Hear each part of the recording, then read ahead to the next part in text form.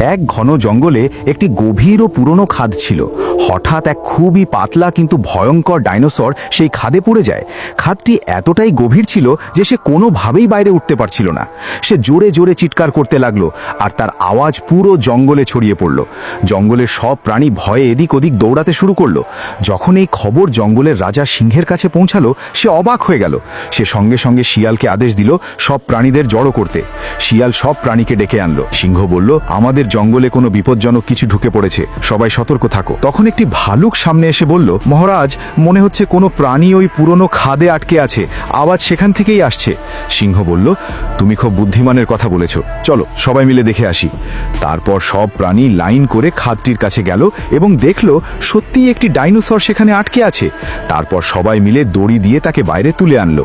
কিন্তু ডাইনোসরটি বাইরে আসার সাথে সাথেই একটি সাদা ছাগলের উপর হামলা করে তাকে খেয়ে ফেলল। এরপর কি হবে জানতে ফলো করুন।